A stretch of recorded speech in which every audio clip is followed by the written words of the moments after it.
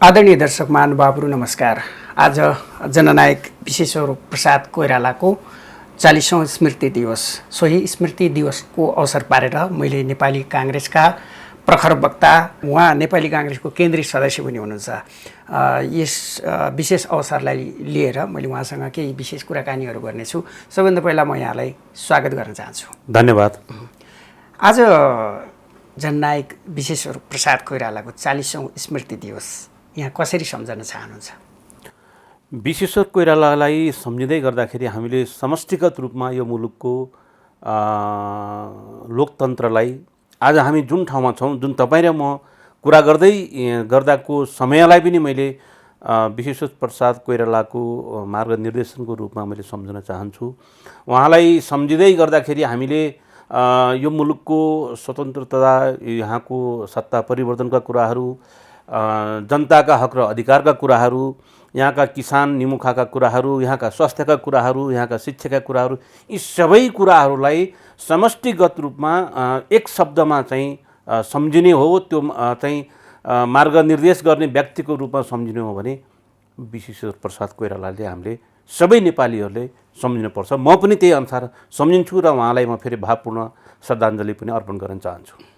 नेपाली काङ्ग्रेस लामो इतिहास बोकेको छ नेपालको सन्दर्भमा, र आज पनि नेपाली काङ्ग्रेसले गठबन्धनको सरकार भए पनि लिड गरिरहेको छ। यो लामो इतिहासमा नेपाली काङ्ग्रेसले बिपी कोइरालालाई कहाँ स्थान दिएको छ अहिलेको परिस्थितिमा? होइन, बिपी कोइरालाको स्थान त नेपाली काङ्ग्रेसमा मात्रै नभइकन यो विश्व राजनीतिमा पनि उहाँको एक नम्बरमा आउँछ। उहाँको स्थानलाई हामीले उहाँलाई राजनीतिज्ञ मात्रै नभइकन, उहाँलाई साहित्यकार मात्रै नभइकन, विभिन्न चाहिँ तपाईँको लोकतन्त्रमा भएका, विगतमा भइसकेका र आउनेवालालाई पनि हामीले उहाँलाई अव्वल रूपमा चाहिँ हामीले सम्झनुपर्छ र नेपाली काङ्ग्रेसले उहाँलाई जहिले पनि नेपाली काङ्ग्रेसको यो नेपालको लोकतन्त्रको चाहिँ उहाँ चाहिँ प्रवर्तक हो भनेर हामी सम्झन्छौँ। यो अहिले पछिल्लो पटक नेपाली काङ्ग्रेस जुन धारमा हिँडिरहेको छ, के बिपी कोइरालाको मार्गदर्शक र पथदर्शकमै हिँड्या छ जस्तो देखिन्छ? होइन, नेपाली काङ्ग्रेस बिपी कोइरालाको मार्गदर्शक पथप्रदर्शक भएर नहिँडेको भएदेखि आज नेपाली काङ्ग्रेस भइरहन्थेन।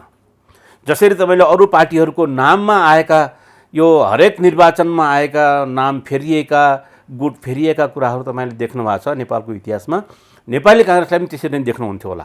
तर बिपी कोइरालाको सिद्धान्त, उहाँको नीति, उहाँको मार्गनिर्देशन, उहाँले मार्गनिर्देशन गरेका कुराहरूमा अडिएर नै नेपाली काङ्ग्रेस आज यो मुलुकको चाहिँ एउटा लोकतान्त्रिक शक्तिको रूपमा हामीले पाएका छौँ। भनेपछि अब अहिले जुन धार समातिएर व्यक्तित्वहरू अहिले नेपाली काङ्ग्रेसको राजनीतिमा प्रवेश गरेर अगाडि बढिराख्नु भएको छ, तपाईँहरूको जस्तो पुस्ता र तपाईँभन्दा अघिल्लो पुस्ताहरू पनि यही राजनीतिमा हुमिएर अझ पनि हुनुहुन्छ, रहिरहनु भएको छ। तर यो देखिरहँदाखेरि अझ पनि राजनीतिमा उहाँले गरिरहँदाखेरिको राजनीतिक काल एउटा संस्थागत विकासको थियो, देश विकासको थियो। तर अहिले देखिएको राजनीतिक त गुट र उपगुटमा सङ्गठित भएको भन्ने जुन आरोप आइरहेको छ, काङ्ग्रेसले कसरी हेर्छ यसलाई? यो वास्तवमा गुट र उपगुटको जुन कुराहरू आएको छ, यो गुट र उपगुटको सिद्धान्त अथवा यो नेपाली काङ्ग्रेसको नीति अन्तर्गतको होइन। यसलाई हामीले आफैले चाहिँ यसलाई व्यवस्थापन गर्न नसक्दाखेरि, पछिल्ला चाहिँ नेताहरूका कारणले गर्दाखेरि यो गुट र उपगुट थाहै चाहिँ एउटा चाहिँ गुट भएर निस्क्यो।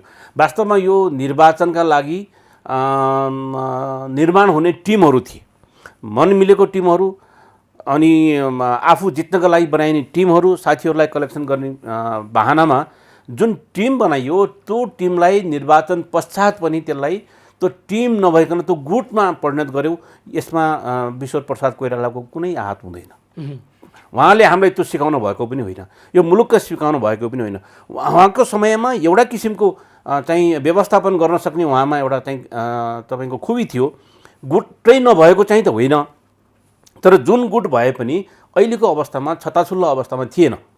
तर अहिलेको गुट तपाईँले भने जस्तै अलिकति छताछुल्लो अवस्थामा अलिकति जित्नेलाई रोक्यौँ भने मात्रै हाम्रो गुट बाँकी रहन्छ भन्ने जुन एउटा चाहिँ विचार चाहिँ हामीले राखिराखेर हिँडेका छौँ, त्यो चाहिँ पछिल्लो समयमा पछिल्लो नेताहरूमा जुन कुरा उब्जिएको छ यो मनमा, यो चाहिँ गलत हो।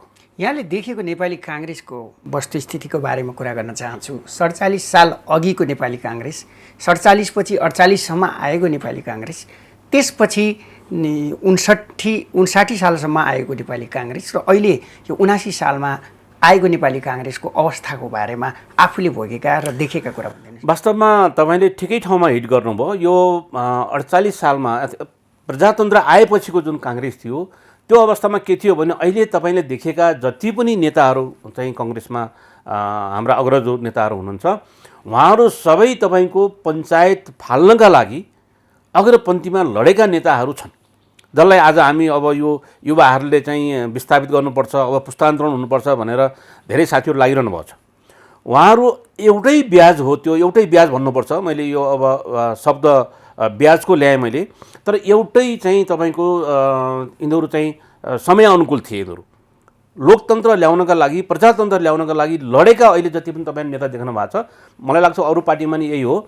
र उहाँहरूले प्रजातन्त्र ल्याउनका लागि जुन किसिमको एउटा चाहिँ भूमिका खेल्नुभयो, त प्रजातन्त्र आए मुलुकमा, त्यो प्रजातन्त्र आएपछि त्यसपछि अलिकति सबै पार्टीका चाहिँ नेताहरूमा एउटा जोस जाँगर आएको थियो। त्यो जोस जाँगरका कारणले मुलुकमा एक किसिमको विकासको लहर पनि नआएको होइन, आएको हो। आज हामी जुन विकासको चाहिँ गतिमा छौँ, त्यो गति पनि उहाँहरूकै कारणले चाहिँ आइपुगेको हो। तर यसमा अलिकति अहिले पछिल्लो समयमा चाहिँ तपाईँले भने जस्तै यो अब 79सम्म आउँदै गर्दाखेरि चाहिँ गुटलाई अलि प्रश्रय बढी दिएको हो कि भन्ने चाहिँ लाग्छ। त्यो चाहिँ देखिन्छ। पहिलाको कङ्ग्रेसमा गुटै भए पनि यसरी एकदम बाहिरै निस्केर छताछुल्लै गरेर आइसकेको अवस्था थिएन। तर यो अहिले 69 खास गरेर 60 देखि यता आएपछि चाहिँ तपाईँको यो 79सम्म आइपुग्दाखेरिको गुटमा चाहिँ अलिकति बढी बढोत्तरी भएको र छताछुल्लो भएको अवस्था चाहिँ छ नेपाली काङ्ग्रेसमा। नेपाली जनताले बुझ्न नसकेको कुरा, यो गुटको सृजना कसरी हुन्छ? मैले अघि पनि भने, म फेरि पनि दोहोऱ्याउन चाहन्छु, यो वास्तवमा गुटै होइन थियो यो, तर हामीले यसलाई गुट भन्यौँ। यो शब्द आफैमा कहाँबाट आयो गुट भनेर यो भन्न सकिँदैन होइन। यो वास्तवमा निर्वाचनको लागि तयार हुने टिम हो, एउटा ग्रुप हो। एउटा निर्वाचनमा ल फलानालाई अध्यक्ष मानेर अनि फलानु यसरी जाने भन्ने एउटा चाहिँ तपाईँको प्रतिस्पर्धिक चाहिँ टिम हो यो। तर यसलाई हामीले जित्नेले जितिहाल्यो अनि हार्नेले हामी चाहिँ अब हाम्रो पनि हक र अधिकारका कुराहरू चाहिन्छ भनेर फेरि त्यो एक किसिमको चाहिँ गलत ट्र्याकमा हामी गएर त्यसलाई चाहिँ पछिल्लो समयमा हामीले गुट भनेका छौँ। वास्तवमा यो गुट चाहिँ होइन। त्यसो भए अब अहिले नेपाली काङ्ग्रेसको जुन धार देखिएको छ, जस्तै भए पनि अब यहाँहरूको अब सभापति अब शेरबहादुर देउबा हुनुहुन्छ, लामो समयदेखि राजनीतिमा पार्टीमा योगदान दिएकै भरमा उहाँले वर्चस्व कायम गरेको र उहाँको नेतृत्वमा चलिरहेको भन्ने छ। तर केही मतान्तर भइराखेका छन्। अझै पनि 14औं महाधिवेशन यता आइसकेपछि यो धारलाई अहिले प्रधानमन्त्री पार्टी सभापति शेरबहादुर देउवाले कसरी सम्हालेर लान खोजिराख्नु भएको छ, के देख्नुहुन्छ? वास्तवमा सम्माननीय प्रधानमन्त्री शेरबहादुर देउबा बिपीसँगै चाहिँ हिँड्नुभएको नेता हो र उहाँले अहिले चाहिँ तपाईँको यो पछिल्लो समयमा आएर 14औं महाधिवेशनको कुरा तपाईँले जसरी निकाल्नुभयो, 14औं महाधिवेशन पछि जुन किसिमको एउटा कार्यसमिति बनेको छ, यो कार्यसमितिमा यो त्यो गुट नभनिकन, चाहे त्यो सरकार सञ्चालनमा होस् चाहे त्यो पार्टी सञ्चालनमा होस्, यो त्यो नभनिकन सबै चाहिँ नेताहरूलाई यो चाहिँ नेपाली काङ्ग्रेसको चाहिँ हामी एउटा एक ढिका भएर हामी अगाडि गएका छौँ भन्ने भावनाका साथ चाहिँ उहाँले चाहिँ पार्टी सञ्चालन गर्नुभएको छ अहिले। यद्यपि यो पछिल्लो चाहिँ केन्द्रीय कार्यसमितिमा केही कुराहरू निक्लेका थिए, ती कुराहरूलाई पनि श्रद्धेय सभापतिले सबैलाई मिलाएर जे निर्णय नेपाली काङ्ग्रेसले गर्यो यो चाहिँ एक मतका साथ चाहिँ निर्णय भएर आएको छ। त्यसकारणले उहाँ यो गुट त्यो गुटमा शेरबहादुर देउवाले पछिल्लो समयमा आएर विश्वास गर्नुभएको छैन। काङ्ग्रेस एक ढिक्का भएर अगाडि जानुपर्छ भन्नेमा नै सद्य सभापति हुनुहुन्छ अहिले। सभापतिज्यूले त त्यो एउटा धार, त्यो एउटा हट राख्नु भएको होला, तर सम्पूर्ण सदस्यहरूमा त त्यो घाव त अझ पनि छ होला नि त। त्यस्तो लाग्नु अस्वाभाविक होइन। केन्द्रीय सदस्यज्यूहरूमा या बेला बखतमा जुन पत्र पत्रिकामा पदाधिकारीज्यूहरूमा त्यस्तो लाग्नु स्वाभाविक यो मानेमा छ कि म फलानुको टिमबाट चाहिँ उठेको थिएँ, त्यस कारणले म फलानुको होला, अथवा सभापतिले केही कुरा भनिहाल्नुभयो भने पनि म अर्कै टिमबाट उठेको भएर त्यो भन्नुभएको होला भन्ने जुन आन्तरिक फिलिङ छ, हाम्रो आन्तरिक डरले, हाम्रो मनको डरले, मनको शङ्काले मात्रै यो भइरहेको छ। नत्र भने सभापति स्वयंबाट चाहिँ काखा र पाखाको अवस्था चाहिँ छैन। यही कुरा जति बेला विश्वेश्वर प्रसाद कोइरालाले नेतृत्व गरेर अगाडि बढिरहेको नेपाली काङ्ग्रेस थियो, त्यो बेला कस्तो अवस्था थियो? यस्ता विषयवस्तुलाई उहाँले कसरी ट्याकल गर्नुहुन्थ्यो? हजुरको अध्ययनको कुरा गरौँ। अब हामीले उहाँलाई के भन्छ, हामीले भेट्न पाइनौँ। हामीले त उहाँका लेखनहरू र त्यसपछिका नेताहरूको लेखनबाट हामीले थाहा पाउने कुराहरू हो। उहाँ कस्तो हुनुहुन्थ्यो भन्ने कुराहरू हामीले पढ्यौँ भने उहाँ एकजना वकिल जानुभयो भने उहाँ वकिलकै चाहिँ हिसाबले उहाँ प्रस्तुत हुनुहुन्थ्यो। एकजना न्यायाधीश जानुभयो, न्यायाधीशकै हिसाबले उहाँ प्रस्तुत हुने। एकजना अर्थविद जानुभयो, आर्थिक हिसाबले यो मुलुकमा यो खालको चाहिँ अर्थनीति भयो भने हुन्छ भनेर भन्ने। एकजना चाहिँ तपाईँको चाहिँ राजनीतिज्ञ जानुभयो, यो मुलुकमा अबको राजनीति यस्तो हुनुपर्छ भनेर भन्ने खालको चाहिँ उहाँसँग स्वभाव थियो। र कसैलाई पनि उहाँ कहाँ गएपछि उत्साह दिएर पठाउनुहुन्थ्यो कार्यकर्तालाई, जुन अहिले चाहिँ यो कमी भएको छ नेपाली काङ्ग्रेसभित्र। एउटा नेता कहाँ गयो भने तपाईँले अघि भनेकै मैले शब्द सापट लिएँ, यो गुटका कारणले गर्दा यो सबैभन्दा पहिला पहिचान गर्नुपर्ने कुन गुटको हो त्यही अनुसारले कुरा गर्नुपर्ने होइन, त्यो भएको छ अहिले। तर बिपी कोइरालाको चाहिँ पालामा के थियो अरे भने जस्तो सुकै चाहिँ मान्छे रिसाएर जाओस् अथवा जे जाओस् कार्यकर्तालाई उत्साह दिएर उहाँले पठाउनुहुन्थ्यो अरे। त्यस कारणले त्यो किसिमको अब फेरि त्यो काङ्ग्रेसका नेताहरू, सबै नेताहरूमा त्यो खालको हुनुपर्छ र कार्यकर्ताहरूलाई उत्साह नदिसँग त्यो पार्टी चाहिँ उत्साहित पनि हुँदैन र त्यो पार्टीप्रतिको आकर्षण पनि फेरि जनतामा हुँदैन। त्यस कारणले यो कुरा चाहिँ हामीले अलिकति छोडेका हौँ कि पछिल्लो समयमा हाम्रा नेताले अलिकति यो कुरा छोडेको हो कि भन्ने मलाई पनि चाहिँ खट्केको छ। भर्खरै मात्र यहाँहरूको केन्द्रीय समितिको बैठक पनि सकिएको छ। यो पछिल्लो निर्वाचन, स्थानीय निर्वाचनलाई यहाँहरूले बैठकमा तपाईँ आफैले पनि कसरी समीक्षा गर्नुभयो? अब यो स्थानीय निर्वाचन हामी नेपाली काङ्ग्रेसले जुन गठबन्धनको सरकार थियो, गठबन्धनकै हिसाबले स्थानीय निर्वाचनमा पनि जानुपर्छ भन्ने कुराहरू केन्द्रीय कार्य समितिको बहुमत होइन सर्वसम्मत मतले चाहिँ निर्णय गरेर यो निर्वाचनमा गएको हो। तर के आयो भन्नु होला भने जति केन्द्रीय कार्य समितिले र यो गठबन्धनले जसरी निर्णय गर्यो यहाँ ओडामा पुगुन्जेलसम्म त्यो सहजता रहेनछ। एउटा यो अनुभव गरियो, एउटा ओडामा 5 जना चाहिने, एउटा अध्यक्ष 4 जना सदस्य चाहिने, त्यसमा गठबन्धन त्यहाँसम्म पुग्नको लागि अत्यन्त कठिन रहेछ र त समय पनि पुगेको थिएन। यदि गठबन्धन ओडासम्मै ठ्याक्कै हामीले केन्द्रले भने जस्तै अथवा पार्टीले निर्देशन दिए जस्तै गर्ने हो भने त्यो सम्भव, त्यसका लागि त मलाई लाग्छ 6 महिना चाहिँ तपाईँको होमवर्क गर्नुपर्ने अवस्था रहेछ। तर पनि के भयो भन्नु होला भने जहाँ जहाँ सम्भव थियो, जुन जुन पालिकामा सम्भव थियो, जुन जुन नगरपालिकामा सम्भव थियो अथवा जुन जुन ओडामा सम्भव थियो त्यो ठाउँमा हामी गठबन्धन गरेर गयौँ र गठबन्धन गरेर जाँदै गर्दाखेरिको अवस्थामा रिजल्टले के देखायो भन्नु होला भने नेपाली काङ्ग्रेस यो 30 वर्षको चाहिँ इतिहासमा सबैभन्दा ठुलो पार्टी बनाएर चाहिँ काठमाडौँ चाहिँ सबै नेताहरू फर्केका छन्।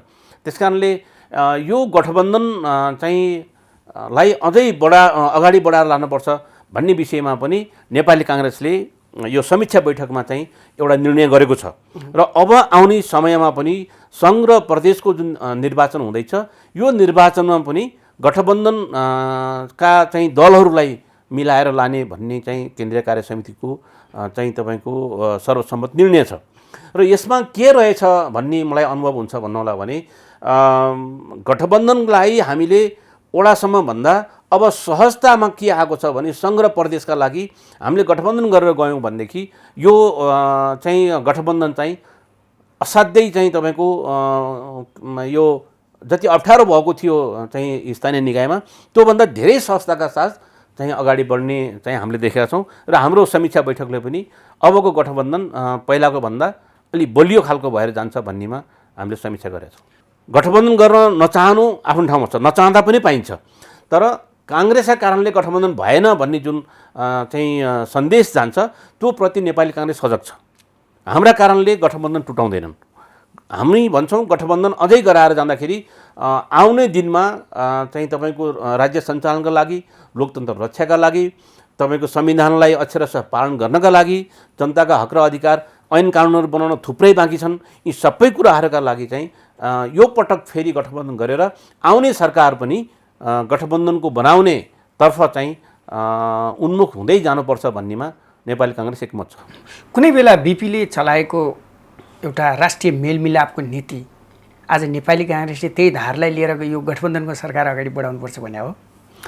अब बिपीले जुन तपाईँको मेलमिलापको नीति लिनुभएको थियो, मलाई मेरो व्याख्यामा के लाग्छ भन्नु होला भने दुईवटा कुरा छन्। एउटा मेलमिलाप छ, एउटा राजासँग घाँटी जोडिएको कुराहरू छ।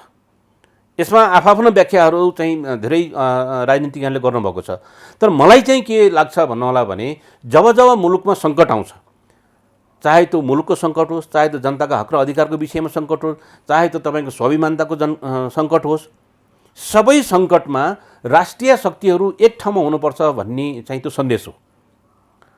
नत्र इन्डियामा चाहिँ उहाँ चाहिँ यहाँबाट निर्वास भएर गएर बस्दाखेरि उहाँलाई नेपाल आउन सहज थिएन। त्यत्रा मुद्दाहरू राजाले ल्याइरहेको अवस्था थियो। तर त्यो मुद्दाहरूभन्दा यो मुलुक ठुलो हो भन्ने सोचेर नै उहाँले मेलमिलापको नीति लिएर फर्किनु भएको हो र अरू शक्तिहरूसँग मिलेर यो मुलुकलाई चाहिँ द्वन्द्वमा लानुभन्दा बरु राजासँग मिलेर यहाँको चाहिँ जनताहरूको हक र अधिकार सुनिश्चित गर्नु उचित हुन्छ भनेर नै राजासँग घाँटी जोडिएको भन्नुभयो बिपी कोइरालाले। त्यसै कारणले गर्दाखेरि आज हामीले के गरेका छौँ भने जसरी 2/3 करिबको सरकारले 3.5 वर्ष राज्य सञ्चालन गर्दाखेरि जुन जुन किसिमको तपाईँको संविधानमा चाहिँ संविधानमाथिको चाहिँ हमला भयो त्यसलाई हामीले गम्भीरतापूर्वक लियौँ। नेपाली काङ्ग्रेसले मात्रै होइन, त्यो विषयवस्तुलाई गम्भीरतापूर्वक लिने पार्टीहरूले चाहिँ गठबन्धन गरे हो। त्यस कारणले एमाले बाहेकको गठबन्धन हुन आइपुगेको हो। 2 पटक चाहिँ तपाईँको संसद विघटन भयो। कुनै कारण थिएन संसद विघटन गर्नुपर्ने। कसैले चाहिँ तपाईँको नेपाली काङ्ग्रेसको प्रतिपक्ष थोरै चाहिँ सिट लिएर बसेको थियो, उसले बोलेको पनि त्यहाँ चाहिँ राम्रोसँग सुनिँदैन थियो। सबै चाहिँ तपाईँको चाहिँ के भन्छ माओवादी केन्द्रका चाहिँ के भन्छ तत्कालीन पार्टीका चाहिँ हालिमलै थियो त्यहाँ, होइन। त्यस्तो अवस्थामा पनि संसद विघटन गर्नु भनेको पछाडि हामीले धेरै चाहिँ यो मुलुकको लागि अन्धकार देख्यौँ। त्यस कारणले हामीले अब यो संविधान जोगाउनुपर्छ, संसद जोगाउनुपर्छ, जनताका हक र अधिकारहरू बहस हुने ठाउँलाई जोगाउनुपर्छ भनेर गठबन्धन भएर आएको हो। त्यस कारणले नेपाली काङ्ग्रेसले नेतृत्व गरेर आएको हो यो। त्यस कारणले यो गठबन्धन चाहिँ अहिले टुट्नु चाहिँ दिन हुँदैन भन्ने विषयमा नेपाली काङ्ग्रेसका सबै नेताहरू एकमत हुनुहुन्छ भनेपछि 47 अघिको राजतन्त्र र अहिलेको केपी ओलीको तन्त्र तोड्नको लागि यो गठबन्धन तयार भएको भन्न खोज्नु भएको होइन। केपी ओलीको तन्त्र भनेर सर्टकटमा त त्यो एउटा निचोड आउन सक्छ। तर हामीले केपी ओलीको प्रवृत्ति, केपी ओलीले जुन किसिमको प्रवृत्ति देखाउनु भयो त्यो प्रवृत्तिले मुलुकलाई यो मुलुकमा चाहिँ तपाईँको चाहे त्यो 46 सालको आन्दोलन कुरा गर्नुहोस्, चाहे तपाईँ 61-62 कुरा गर्नुहोस्, चाहे चाहिँ तपाईँको यो चाहिँ 42 सालको चाहिँ तपाईँको यो कुराहरू बाँकी छन्। जनताको विषयमा चाहिँ ऐन नियम बनाउने कुराहरू, जनताको हक र अधिकारका कुराहरू, कुण्ठाका कुरा, धेरै कुराहरू छन्। ती कुराहरूमा संसद चलेको बेलामा ती कुराहरूमा बहस हुनुपर्थ्यो। तर बहस जनताप्रति नभइकन त्यो व्यक्तिगत कुण्ठाप्रति चाहिँ बहस चाहिँ गएको अहिले सदनमा त्यस्तो देख्छु मैले। त्यस कारणले मान्य सांसदहरूको मानमर्दन नहुने गरेर मलाई चाहिँ के लाग्छ भने जनताका हक र अधिकारका विषयमा केन्द्रित भइदियो सदन भने सबैको लागि फाइदा हुन्छ। भर्खरै मात्र नेकपा माओवादी केन्द्रका अध्यक्ष भारत भ्रमण गरेर फर्किनुभयो। विभिन्न पार्टीका र विभिन्न नेतृत्व वर्गका व्यक्तिहरूलाई भेटेर फर्किनुभयो। तत्पश्चात केही आफ्ना र आफूले छोडेर फेरि फर्काउनको लागि ती गठबन्धनहरूसँग पनि कुराकानी भइरहेको छ। एउटा केन्द्रीय सदस्यको हैसियतले पार्टीले यसलाई कसरी हेरिराखेको छ, कसरी हेर्नुपर्छ जस्तो लाग्छ? मलाई के लाग्छ भने माओवादीका अध्यक्ष प्रचण्डज्यू जुन भारत भ्रमण जानुभयो राम्रो कुरा भयो। आएर तत्कालै उहाँले जुन किसिमको एउटा राजनीतिमा एक किसिमको चाहिँ के भन्छ यसलाई अर्को एउटा गुट बन्छ जस्तो चाहिँ खालको जुन किसिमको अहिले एक्टिभिटी देखिराखेको छ, माहौल त्यो बनाइराख्नु भएको छ उहाँले। मलाई लाग्दैन यो चाहिँ उहाँको आफ्नो सोचाइ हो भन्ने मैले ठानिरहेको छैन। यो आउँदाखेरि उहाँले सँगै लिएर आउनुभएको चाहिँ कसैले हो कि भन्ने चाहिँ यो पर्सनल मलाई चाहिँ लागिरहेको छ। र तपाईँको प्रश्नको जुन टार्गेट छ यो एक किसिमको उपगुट जस्तो देखिन्छ, वामपन्थीहरूको उपगुट जस्तो देखिन्छ एमाले बाहेकको। यदि प्रचण्डजीले त्यो नियतले उपगुट बनाउन खोज्नुभएको हो र नेपाली काङ्ग्रेससँग त्यो गुट देखाएर आउने निर्वाचनका लागि सिटको बार्गेनिङ गर्न खोज्नुभएको हो भने यसमा सबैभन्दा नोक्सान हुने प्रचण्डजीलाई हो।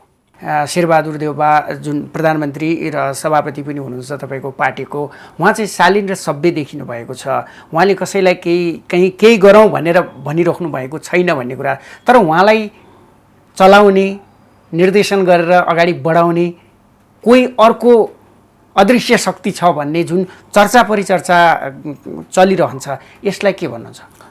शेरबहादुर देउबासँग जसले काम गरेको छैन त्यो मान्छेलाई त्यस्तो लाग्न सक्छ, तर शेरबहादुर देउबा आफैमा एउटा यति सक्षम व्यक्तित्व हो। तपाईँले शेरबहादुर देउबासँग 2 मिनट बसेर कुरा गर्नुभयो भने शेरबहादुर देउबाले तपाईँ चिनिहाल्नुहुन्छ। यति सहज नेतृत्व छ शेरबहादुर देउबा। त्यही कारणले गर्दाखेरि तपाईँको 5 पल्ट प्रधानमन्त्री हुन पुगे नि त।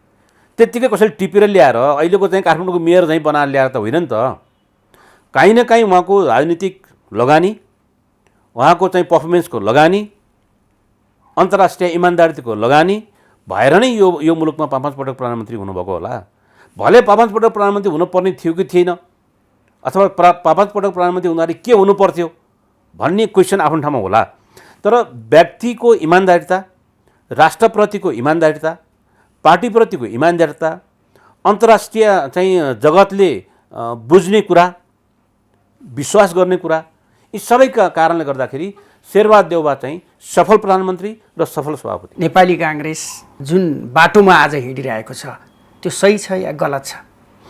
आजसम्म अब यो तपाईँ र मैले कुरा गर्दाखेरिसम्म नेपाली काङ्ग्रेसले लिएको चाहिँ एउटा चाहिँ बाटो सही बाटोमा गइरहेको छ, सही दिशातर्फ उन्मुख भइरहेको छ। अब यसको प्रतिफल आउने यो 2टा निर्वाचनले जनतालाई देखाउनु। अलिअलि विमति त होला नि, त्यो पनि विमति काम गर्दै जाँदाखेरि विमति नहुने भन्ने कुरै होइन, तर त्यो बाटोमा हुने चाहिँ दुर्घटना खालको चाहिँ विमति छैन। त्यस कारणले यो बाटो क्लियर छ र उहाँ सफल प्रधानमन्त्री र पार्टीको लागि उहाँ सफल सभापति। हस्, हाम्रो प्रत्यक्ष कुराकानीमा आफ्नो अमूल्य समय दिनुभएकोमा यहाँलाई धेरै धेरै धन्यवाद। हस्, तपाईँलाई, तपाईँको मिडियालाई र तपाईँका सम्पूर्ण श्रोताहरूलाई पनि धन्यवाद।